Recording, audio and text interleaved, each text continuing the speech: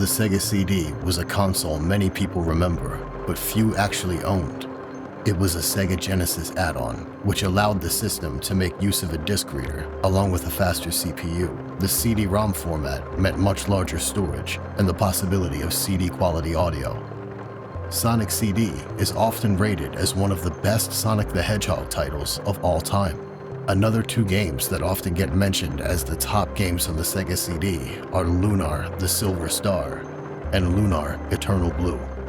The original Sega CD titles were developed by GameArts in collaboration with Studio Alex. The first GameArts release was a run-and-gun game called Thexter on the NEC PC-8800 series of home computers.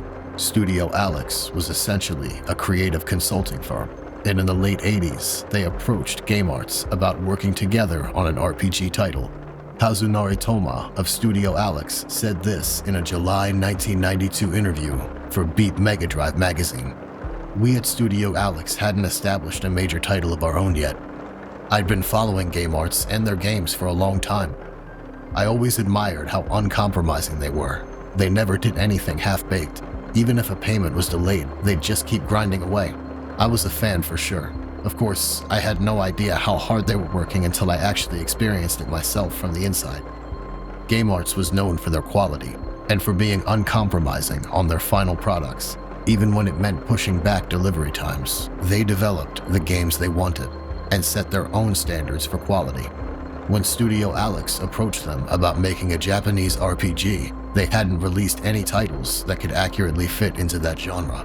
It was their solid reputation that brought Studio Alex to their door. Yoichi Miyagi, president of GameArts, said this during an interview for the release of the Silver Star Story Complete on the Sony PlayStation 1. "This great game called Dragon Quest came out, and after that, there was a real RPG fad in Japan. Then Final Fantasy came out. We at GameArts decided to challenge RPG games, and our first project was Lunar." Miyagi's observations were well-founded in the realities of the 16-bit era. JRPGs were becoming increasingly popular in the West thanks to the success of the Final Fantasy series, and most RPGs of the time lived either on the Super Nintendo or on home computers. Sega had very few offerings in that genre. Of course, there was the Phantasy Star series, which put a unique and fresh take on the JRPG model. Although a well-received series, it hardly formed a platform for RPGs on Sega consoles. The Sega CD offered possibilities not available to other RPGs of the time. While many would think the graphical potential of the CD upgrade was the path to pursue, GameArts actually chose to go in a different direction. They focused on audio. That didn't mean graphics were off the table, however. GameArts opted for anime-inspired character design and hired Toshiyuki Kabuka, someone writer Kei Shigema had met during his time working for Gainax. Kabuka actually didn't have any experience with character design at that time. He had previously worked for Gainax on several anime, such as Royal Space Force, Gunbuster, and Nadia, The Secret of Blue Water. However, he was recommended by Shigema and joined the team working on Lunar. He describes character design work in an interview for the Silver Star Story Complete. "We took great care as to how we were going to depict each character. I feel that people who were very fond of Lunar were able to sense that fact in some way or another from the production." Development on Lunar, the Silver Star, began somewhere between late 1990 and early 1991, and ran essentially all the way up through the Japanese release on June 26, 1992. The team remembers the development as being fun, but hectic. Many of the members actually served in multiple roles. Kabuka, the character designer, also talked about working on the plot and scenario of the game, not just the character designs. The team wanted to take full advantage of the extra space on the CD-ROM, and reports having around 200,000 lines of text in the original game, with over 70,000 lines of dialogue. Important characters and random NPCs alike have many pages of dialogue spread throughout the events of the game. Each time the player pushes the story forward in some way, a good portion of the NPCs around them, even in places they've previously visited and don't even have a plot-related reason to return to, may have new and updated dialogue, making the entire world feel more lived in. Many NPCs also tell their own progressive stories, that happen in the background through their dialogue, whether the player speaks to them or not. It's entirely possible to miss most of the dialogue in the game. This was incredibly ambitious, and it comes as no surprise that almost 1/3 of the planned content for the game had to be cut due to time constraints. This was not Game Arts compromising on quality. This was just the team trimming down their ambitions, having no measure of what was realistically possible in terms of the scale on the Sega CD for a Japanese RPG of the time. This year-and-a-half development was mirrored by a lengthy and scrutinous localization process by Western company Working Designs. The American publisher specialized in the localization of Japanese games. By 1992, they'd worked on an eclectic mix of titles, but Lunar, the Silver Star, would be the first game that would truly bring them notoriety. The president at the time, Victor Ireland, stated that the company always tried to adhere as closely as possible to the Japanese text while making it understandable to American audiences. This often meant pop culture references. By the time Lunar, the Silver Star was released, it was an instant hit, selling around 100,000 copies in Japan, becoming the best-selling title in the region on the Mega CD. In North America, the game was also considered a success. While exact sales figures are difficult to find, it was reported that a large portion of the North American Sega CD install base bought this game. It's listed as the second best-selling game worldwide behind Sonic CD. Game Arts president Yoichi Miyagi reported receiving praise and admiration each day from Lunar fans after its release. We've been getting around 100 postcards from players every day. I usually make a point to read every single piece of fan mail, but Lunar is the first time I haven't been able to keep up. We often hear it's a really fun game and we can't wait for a sequel. These fans wouldn't have to wait long either. After release of the Silver Star, the team immediately began work on the development of the follow-up title, Lunar Eternal Blue. In 1996, a Japan exclusive called Lunar The Silver Star Story was released for the Sega Saturn. It featured fully reworked graphics, an overhauled battle system, and entirely new animated cutscenes by Studio Gonzo. The game was re-released a year later in 1997 with better video quality before being ported over to the PlayStation in '98. Finally, in 1999, the North American version was released, again being localized by Working Designs. This North American release came with a special edition behind-the-scenes documentary featuring many of the original team members who returned to work or consult on the port. Lunar The Silver Star Story and The Silver Star Story Complete would sell exceptionally well in both Japan and North America. There are two other versions of the game that could be considered remakes.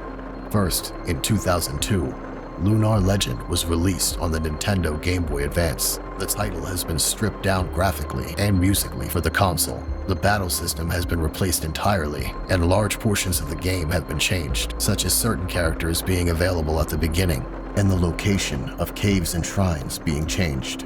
The dialogue is also rewritten. In 2009, Lunar Silver Star Harmony was released on the Sony PlayStation Portable and also featured original dialogue and story elements. The graphics have been changed significantly, with the sprites remade completely in a hand-drawn art style. The animations have changed, the battle system has been overhauled, and there are new musical arrangements by one of the original composers. It also adds a special set of attacks similar to Final Fantasy's Limit Break system, and even has new voice acting. It sold fairly well in the US, but less so in Japan. Finally, in 2025, Lunar Remastered Collection was released on multiple platforms and features the PlayStation remakes of the first two games, as well as a remastered version of each port with widescreen support, upscaled visuals, new language options, and quality of life features. As of its release, this is probably the best way to experience the original game, Lunar the Silver Star. While most people have their own opinion about which version is best, Kei Shigema, a writer on the Silver Star, said the following. People might ask the question, which version is the most authentic version? Is it Sega CD or Sony PlayStation? I think they both reflect the story of Lunar, but the way the story is told has changed. The first time, the storyteller was the Mega CD, but the next storyteller was the PlayStation, who remembered things better and expressed things that the Mega CD couldn't. To tell the story of Lunar the Silver Star, Let's take a look at the Silver Star Story Complete PlayStation port. Although it's been more than 3 decades since the original release of Lunar: The Silver Star, a spoiler warning is officially in effect. This is a port of a fantastic remake of an excellent game. If you haven't played this game before, or if you don't know anything about the Lunar series but are willing to give it a try, stop watching now and go play the game to experience it yourself. Although before you leave, feel free to like the video and subscribe to the channel. According to the lore, humanity used to live on the Blue Star, the massive heavenly body we often see in the sky. However, many years ago, the Blue Star became frozen in an ice age. The goddess Althena relocated mankind to the Silver Star, called Lunar, and caused one side of it, the side facing the Blue Star, to become green and habitable. Mankind was bestowed with enough magical power to allow them to thrive, and Althena's magic is said to help sustain them and keep them living healthy and normal lives. 4 dragons were given power over the elements to guard Althena and to help keep balance in this new world called the Green Earth. Through the centuries, one who was granted the power and blessing of all 4 dragons is called the Dragon Master. It is said that the Dragon Master would use their power to protect Althena, who herself is said to reside in the Goddess Tower on top of a mountain. About 15 to 20 years before the Silver Star story, there was a man named Dine who lived in the same town as our hero, Alex. He traveled the world to meet the 4 dragons and passed their trials to become a Dragon Master. On his journey, he met several companions, Mel, a ferocious pirate. The 2 are said to have fought for 7 days before collapsing from exhaustion, causing Mel to give up pirating and join Dine in his journeys. They are later joined by a woman named Lemia Alsa and a man named Galleon, both remarkably skilled in magic. These 4 are referred to as the 4 heroes, and they are said to have walked side by side with the goddess Althena herself. Legend has it that Dragon Master Dine perished while defending Althena, and of the 4 heroes that remain, only Galleon, the most powerful magician in the known world, truly knows how Dragon Master Dine met his fate. Apparently, he doesn't speak to anyone about it. At the time of the story, the world is at peace. There are no major empires or conflicts. Mel is the leader of a port town called Merivia. Lemia Alsa runs the magic guild in Vane, the floating city, and Galleon is the premier of the city itself, helping Lemia to run it. The Vile tribe is supposedly an evil race, banished by the goddess centuries ago. They were sent to live on the frontier, the dark side of the moon. We can gather that whatever they did incurred the wrath of Althena so much that they were banished from her green earth entirely. When we see the frontier in the game, it has the dusty, gray, and cratered surface we would expect to see up close on our own moon.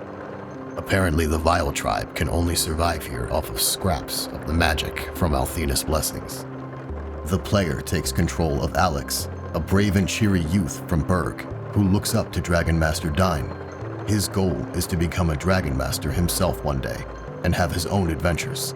He is intentionally light on dialogue to allow players to experience the story through him rather than as him. This is pretty interesting, as most RPGs of the time generally had the player name or create the entire party or play as preset characters. Lunar takes a sort of hybrid approach, keeping Alex vague outside of positioning him as the hero. He has brown hair and green eyes. He uses a sword in combat and eventually has a versatile array of skills to keep him useful in almost every situation. He deals high damage, has high movement, and is fairly resistant to attacks. Nal is a mysterious creature who was given to Alex's father when Alex was just a baby. The 2 grew up together and are inseparable. Nal has wings and a tail, but for the most part seems to be cat-like in appearance. Nal also speaks and often voices his opinions or speaks on behalf of Alex, allowing him to have less dialogue and letting the player feel more involved while still experiencing the thoughts of the main character. Luna was adopted at a very young age by Alex's family, and the 2 have grown up together side by side. Luna is known for her beautiful singing voice, and she often dotes on Alex like an older sister. In truth, she has strong feelings for Alex, and often becomes upset when other women attempt to flirt with him. She uses the mysterious power of her voice to heal and strengthen the party. and uses ranged weapons like slings and bows in combat to deal physical damage. Nash is a third-rank student at the Magic Guild in the magic city of Vane. He's an arrogant, self-absorbed magician with the skills to back up his grating personality. The only time he isn't looking down on others or asserting his greatness is around Mia, the daughter of Lamia Alsa, and next in line to become the Magic Guild leader. He has a difficult time expressing his feelings for her. Nash uses mostly lightning-based magic attacks with a few status effect causing spells. He has very little physical ability or resistance. Mia is the daughter of Lamia Alsa, one of the legendary 4 heroes and the current leader of the Magic Guild in Vane. Mia is extremely gifted but also incredibly shy. She is expected to take on her mother's mantle one day, and she often finds herself weighed down with this impending responsibility. Mia performs powerful magic in combat, primarily ice and fire-based attacks. Jessica is a priestess who belongs to the Shrine of Althena. She is the only child of Hel Mel, one of the legendary heroes who traveled with Dragon Master Dyne and who fought to defend Althena. She is secretly a loud and brash adventurous girl, but hides this fact from her father, fearing it would break his heart if he learned his daughter wasn't innocent and sweet like her late mother. She has a seemingly tumultuous relationship with Kyle, a young man placed in charge of a fortification called the Nanza Barrier. Jessica fights with blunt weapons like maces and casts healing magic to keep her comrades alive in combat. Kyle is a powerful young warrior who has been placed in charge of the Nanza Barrier by Hel Mel, likely to keep him out of trouble and away from his daughter. Kyle is a swindler, a womanizer, and a two-timing cheat. He makes almost no attempt to hide this fact from Jessica, the closest thing he has to a serious relationship. Kyle fights with a blade and uses powerful sword techniques in battle. He has no magical ability. Along with the main characters above, there are various side characters, some who even join the party at different times. Ramus is a friend of Alex, son of the Berg village chief and a shrewd businessman in the making. What currently manifests as shady deals and borderline cons to Ramus are just an enterprising personality in training. He's fairly cowardly and not particularly useful in combat, but we see him shine when there's an opportunity to make a quick buck. Mel is one of the 4 heroes and has the nickname Hel Mel from his days as a pirate. It is said that he was the most feared man on the sea. After adventuring with Dyne while he was still around, he eventually became the governor of Maribia. Mel is also a beastman, a designation given to a number of different races of non-humans. Lamia Alsa is one of the 4 heroes of legend as well, and in the modern day, she is the founder of the Vane Magic Guild. There, she instructs others in the use of magic, helping to create powerful magicians that can aid in the defense of Vane, and therefore in defense of Althena. Galleon is said to be the most powerful magician in Vane, and therefore likely in the world of Lunar. He is refined and knowledgeable, level-headed and somewhat curt. His visual appearance is similar to a traditional elf or drow elf in high fantasy. He's tall, with red eyes, and has long, pointed ears. Galleon wields powerful magic, and was the only one with Dyne on the day he met his fate. Lake is a strange and unusual man who often appears at convenient times when Alex and his friends need help figuring out where to go. He seems to be incredibly powerful and wise in the ways of the world. Not much is known about him, but his signature red beret and jolly laughter is often a welcome sight. Exploration in the Silver Star Story Complete happens essentially in 3 types of maps. First, there's the world map, where movement is risk-free and the party is not in any immediate danger. You can move freely around to any reachable location without risk of battle. This is different than the Sega CD release, where the party would move around on a much larger world map, similar to games like Final Fantasy, and would encounter random battles with enemies that were not visible on the map. Because there are no threats, the world maps are actually much smaller in the Silver Star Story Complete. Second, there's the town map movement. The perspective is much closer than in the world map view, and there are sprites other than the party members moving around, like NPCs which the player can interact with. You can usually enter a handful of buildings on any town map and explore the interior. This is pretty standard for any exploration or story-based RPG of the time, and even action RPGs like Zelda could often be described as having maps like this. Finally, there's dungeon movement, which uses the same perspective as the town map, but there are enemy sprites and little to no NPCs. If the player approaches an enemy sprite, it will begin to chase them and attempt to collide, initiating a battle. There are even parts of the game that use this enemy chase mechanic as a puzzle element. In nearly every settlement, there is a shrine of Althena. The player can use these shrines to restore the HP and MP of their party. Most RPGs have some kind of similar mechanic, hospitals in Phantasy Star or inns in Final Fantasy. This version of Lunar uses shrines and settlements. This is actually refreshing, making the process of healing your party back to full strength as simple as walking up and touching the statue, without needing to enter any buildings. The battle in Silver Star Story was overhauled from the original Sega CD release. While the same heart and soul are still there, the UI and mechanics have been rebalanced and updated. The North American release of the PlayStation port, Silver Star Story Complete, notably increased the difficulty by making boss battles harder. The stats a character has to express their abilities have also been changed. Most of these are self-explanatory, but two of them help to make Lunar's combat system unique. Number of attack is the number of physical attacks a character can make in a single combat round, and range is the distance that character can move before each attack.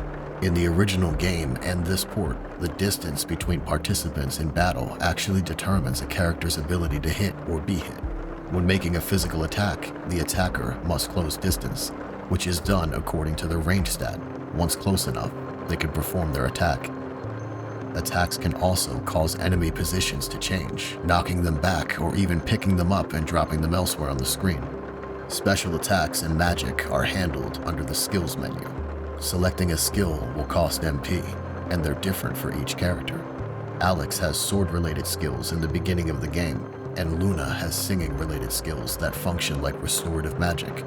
As characters gain experience and level up, they can each unlock new skills.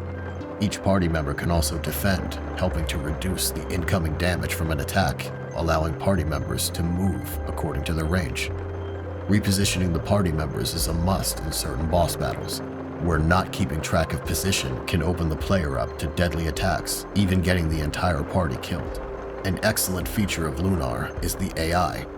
While not unique even for its time, the ability to designate certain party members to have their actions automatically selected was commonly referred to as AI. The remake not only allowed you to designate individual party members to use AI for a single turn, it also allowed you to have the entire party use AI indefinitely, only stopping when the player cancels, or if the battle ends because the party has either won or been defeated. This feature was also available in Phantasy Star, although it was presented in a less clear way to the player. The Story Complete adds a battle speed feature, allowing the game to run at 2 or 3 times speed when battle rounds are being resolved. Some people feel this ruins the intended pace of the game, or takes the fun out of grinding for experience. Others, however, feel that it's a nice way to save time on battle and move the story forward. When combined with the full party AI option, battles can resolve very quickly, and grinding can be fairly trivial if you're watchful of your party's health. There's an option that allows you to essentially pre-select an action or type of action for each party member, and then execute them with the touch of a button in battle. For example, you could set a strategy that would cause Alex and Ramus to defend while Luna uses her healing magic. It's a nice option and can certainly be used to form more complex AI management strategies, but it's entirely possible to get through the entire game without ever using the strategy option. Formation allows the player to set the starting positions of their party before battle begins. This can be useful when you have healers and casters that are better off attacking the enemy or casting from far away, while physical attackers like Alex, with higher defense and the need to close distance to attack, can be closer to the action. This can be changed basically anytime the player is not in combat, and it's a good idea to visit the formation option anytime your party members have changed. The Silver Star Story Complete opens in the quiet village of Berg, where a young boy named Alex regularly visits the monument of Dragon Master Dine, a legendary hero from the same village who once protected the goddess Althena before vanishing 15 years earlier. Alex dreams of following in Dine's footsteps. To become a Dragon Master, one must seek out the 4 legendary dragons and pass their trials.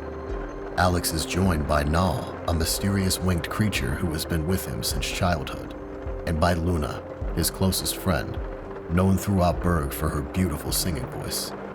The trio prepares for a festival honoring Althena, but their quiet routine is interrupted when the ice sealing the nearby White Dragon Cave mysteriously begins to melt. Driven by curiosity and the promise of a valuable dragon diamond, Alex, Luna, Nal, and their friend Ramus venture beyond Berg for the first time. Inside the cave, they meet Quark, the White Dragon, who somehow recognizes Luna and challenges the group to retrieve a lost relic once claimed by Dyne himself. When they return with the relic, he's impressed, and he grants them the Dragon Diamond and reveals Alex's true path: to travel the world, find the remaining dragons, and earn the title of Dragon Master. Unable to sell the diamond in Berg, the group sets out toward the port city of Marivia, beginning a journey that steadily widens the world of Lunar. Along the way, they encounter strange, enemy-infested lands like the Weird Woods, where Luna's singing mysteriously clears a magical fog blanketing the forest, an early hint that her voice holds unusual power. They meet wandering figures such as Lake, whose motives remain unclear, and they eventually reach Saith, where they recruit Nash, an arrogant but gifted mage from the floating city of Vane. After securing passage by sea, the party reaches Marivia, a bustling city ruled by Hel Mel, one of the 4 legendary heroes. In Marivia's underbelly, the group confronts betrayal, monsters, and corruptions, while Ramus settles into a merchant's life, leaving the party behind. Though Mel offers no guidance on the dragons, he sends Alex to the Mages Guild, placing him on a collision course with powerful forces shaping the world behind the scenes. Alex, Luna, Nal, Nash, and later Jessica, Mel's daughter, press onward toward Vane. The floating city of magic marks a turning point. Here, the party learns of the ancient Vile tribe, enemies of the goddess banished long ago. Strange behavior from the guild's leader, Lemia Alsa, raises suspicion, and the party uncovers a conspiracy involving imposters, memory suppression, and a secret chamber at the top of one of the city's 2 towers. At the center of it all stands Galleon, a powerful mage who initially appears as an ally and is even known as one of the 4 heroes, but he is eventually revealed to be the Magic Emperor, the secret true leader of the Vile tribe. His goal is not to serve Althena, but to reshape the world through domination and bring Althena under his control. A truth is finally laid bare at the White Dragon Cave. Luna is the One, a being central to Althena's power. Galleon enslaves Quark, kidnaps Luna, and reveals his plan to rule the world with dragon power and divine authority. Alex is left powerless, forced to confront the scale of what he has lost. In the aftermath, Alex recommits himself to becoming a Dragon Master, not for glory, but to save Luna and to stop Galleon. With new allies, ancient knowledge, and the ability to traverse the world freely, the journey truly begins. The search for the remaining dragons and the fate of the Silver Star now rests squarely on Alex's shoulders. After earning the trust of the Red, Blue, and Black dragons, and claiming the pieces of the Dragon Master armor, Alex and his companions reach the frontier, the dark side of the Silver Star, beyond Althena's blessing, and the last refuge of Galleon and the Vile tribe. Once there, they witness the tragic existence of the Vile tribe, short-lived beings who live wretched lives, banished by the goddess and forced to survive on the fading remnants of her power. When they reach Galleon, it's too late, and the mechanical fortress known as the Grindery begins to roar to life beneath his feet, fleeing towards the city of Vane and leaving the party desperate to catch up. As they race back in an airship, Mia, the daughter of Lemia Alsa, reveals the truth behind Vane's Silver Tower. It's not merely a monument, but a weapon capable of defending Althena. It fires and takes down the fortress's defenses, but the Grindery strikes at the same time, sending Vane crashing from the sky. The party boards the mobile fortress and ascends to its core, where the truth finally shatters everything they believed.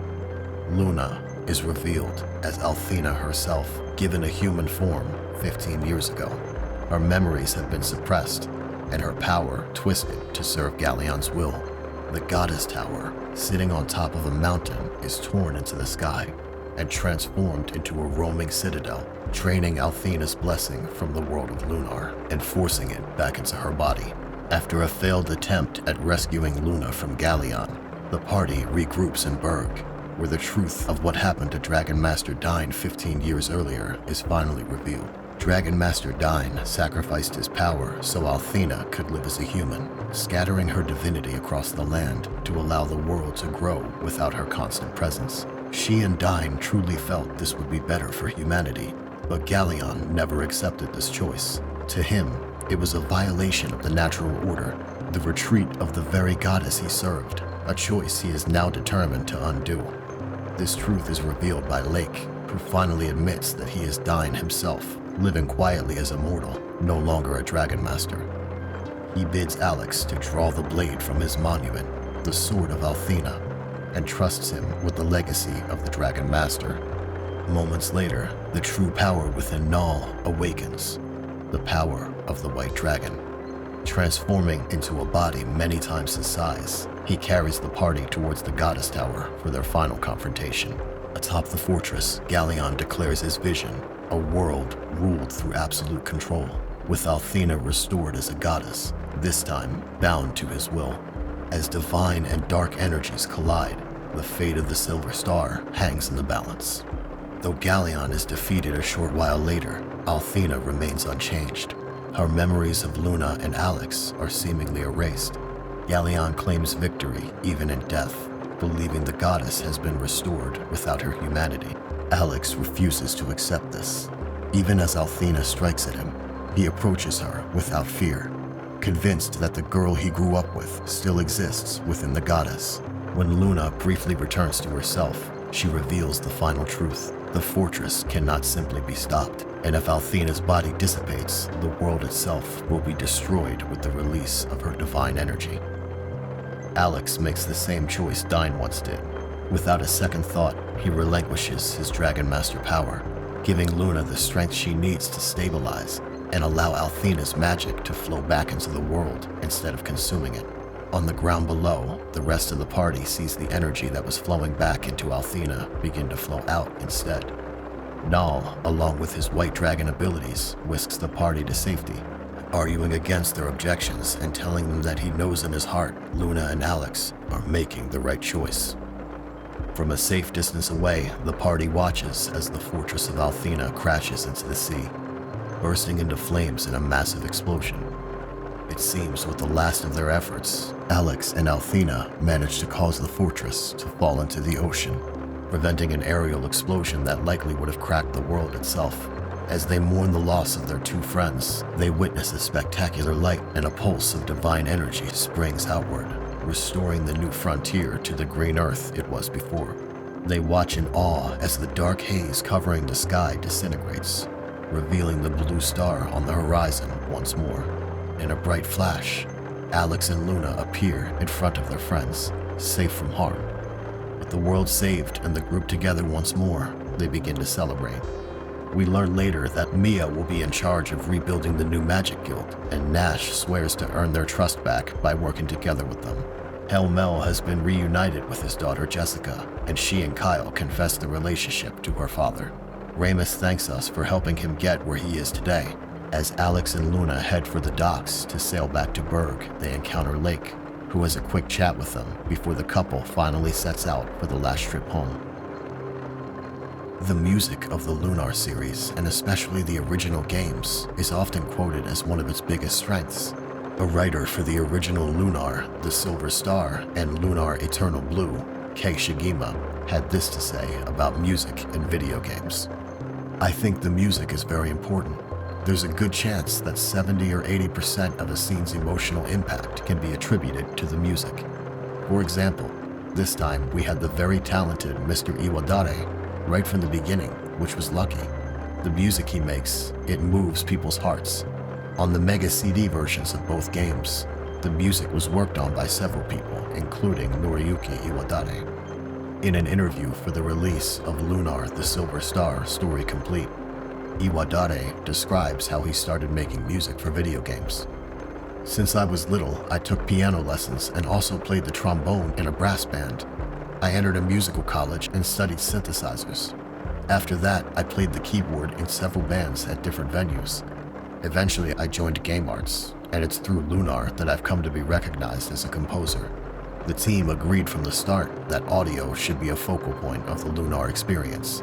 Other original team members described the importance of the audio in the game in a 1992 Beat Mega Drive interview about Lunar, the Silver Star. Studio Alex's Kazunari Tomi explains, "At least in Lunar's case, we felt other developers could probably make better use of the CD-ROM's graphical potential than we did. That's why we chose to focus on the audio. We really tried to make music front and center. We wanted all of that to stand out, so Lunar is packed with audio details." Half a decade later, when the game was remade and then ported with new music, only Noriyuki Iwadare returned to work on the score. He composed nearly 100 new songs, from town and field arrangements to dungeon and battle themes. It was a much larger undertaking than the original games, with a team of nearly 300 people working between Silver Star Story and Silver Star Story Complete releases. Iwadare would also compose the music for the Game Boy Advance release of Lunar Legend and the PSP remake, Silver Star Harmony. When Lunar, the Silver Star, arrived on the Mega CD, it was an immediate hit. In Japan, it sold around 100,000 copies, becoming the region's best-selling Mega CD game. Sega credited the game with boosting the Mega CD's hardware sales. Reviews were glowing. GamePro called it not just the best Sega CD RPG ever, but one of the best on any Sega system, and Electronic Gaming Monthly praised its story, music, and voice acting. Nearly every publication that reviewed the game seemed to give it high scores, and consistently praised the story, visuals, and music. Exact North American figures are scarce, but the game was widely reported as the Sega CD's second best-selling title, behind Sonic CD. Working Design's localization, filled with humorous pop culture references, was celebrated for its charm and helped build a passionate Western fanbase for Lunar. The first remake arrived on the Sega Saturn and was intended to give Alex and Luna's story to a wider audience. Kadokawa Shoten published the game in Japan in October of 1996, followed by an MPEG-enhanced version that provided much higher resolution cutscenes in 1997. According to sales data compiled by Famitsu, the original Saturn release sold just over 200,000 units in Japan, while the MPEG version is said to have sold 8,000 units. These numbers were strong for a Saturn RPG and demonstrated that Japanese fans were willing to replay the game to see the improvements. Critics appreciated the redrawn graphics, orchestrated music, and fully animated cutscenes, but the remake never reached North America because the Saturn market had collapsed before Working Designs could finish their translation. The PlayStation port, developed by Alpha System and released by Working Designs in May 1999, became the definitive English-language version for many fans. Sales were impressive. The game sold over 220,000 units in its first year in North America, making it Working Design's biggest hit and the second highest selling PlayStation RPG of 1999. Japanese sales were a bit modest by comparison, at 44,000 units. The PlayStation version was praised for its polished localization and elaborate packaging. Some outlets criticized the dated 2D graphics, yet the game ranked 22nd in IGN's 2000 list of top PlayStation games, and 75th on Electronic Gaming Monthly's top 100 games of all time. Its strong sales convinced Working Designs to localize the sequel, Lunar 2: Eternal Blue Complete, for PlayStation. Lunar Legend, released in 2002, has a reimagined story for the Nintendo Game Boy Advance. In Japan, the game sold only around 13,000 copies. North American sales were never publicly disclosed, but the game seemed to receive a lukewarm response. Game Arts and XSEED brought Lunar back for one last time on the PSP, with Lunar the Silver Star Harmony. Japanese sales were at around 17,000 units, a figure that barely exceeded the Game Boy Advance version. Western sales were never officially released, though statements from XSEED suggested that the game sold better in North America than it had in Japan. Reviews were generally positive. RPG Fan's 2023 re-review gave it an overall score of 90 out of 100, praising its hand-drawn art, fully orchestrated soundtrack, and expanded prologue. While fans appreciated the portability and high-definition visuals, the PSP failed to ignite renewed interest in the series, signaling the end of the Lunar Silver Star remake era. The lasting impression that Lunar the Silver Star and its remakes left on the genre shows not in the sales, but in the way they pushed the boundaries of storytelling on consoles going into the new CD-based gaming era. The Mega CD original proved that animated cutscenes, voice acting, and a rich musical score could be integrated into a console RPG, and even become one of its biggest selling points. Thanks to strong Japanese sales and a passionate Western fanbase, the game spawned sequels, remakes, and spin-offs that kept the Lunar universe alive for more than 3 decades. Overall, the Lunar franchise has sold over 1 million copies worldwide. The PlayStation version, the Silver Star Story Complete, achieved particular acclaim. Beyond commercial achievements, the Silver Star has created a dedicated community who adore the art, the lore, and the music of the title. Fans still debate which version best represents Game Art's vision, which is usually a choice between the raw ambition of the Mega CD or the polished storytelling of the PlayStation remake. Sites like Lunar.net and forums continue to host discussions, fan art, and translated interviews. Working Design's localization, with its witty script and expressive voice acting, is often cited as one of the original models for successfully bringing Japanese RPGs to Western audiences. The story's core themes, friendship, sacrifice, and the courage to chase your dreams, allowed it to resonate across generations. Even after the PSP remake failed to revive the franchise, it didn't stop the remastered collection from coming out years later. This collection ensures that new players can experience the game that helped define the CD-ROM RPG era, while longtime fans have another opportunity to visit the Silver Star. In the end, the Lunar games and the teams behind them demonstrated that an RPG's true legacy is not built from systems or specs, but from a world that players are willing to revisit again and again. Thanks for watching to the end. I hope you enjoyed the video and had a chance to learn something new. If you enjoyed this video, please click the like button and consider subscribing to the channel. I'd love to hear your thoughts on Lunar, so please leave a comment below, and thanks again.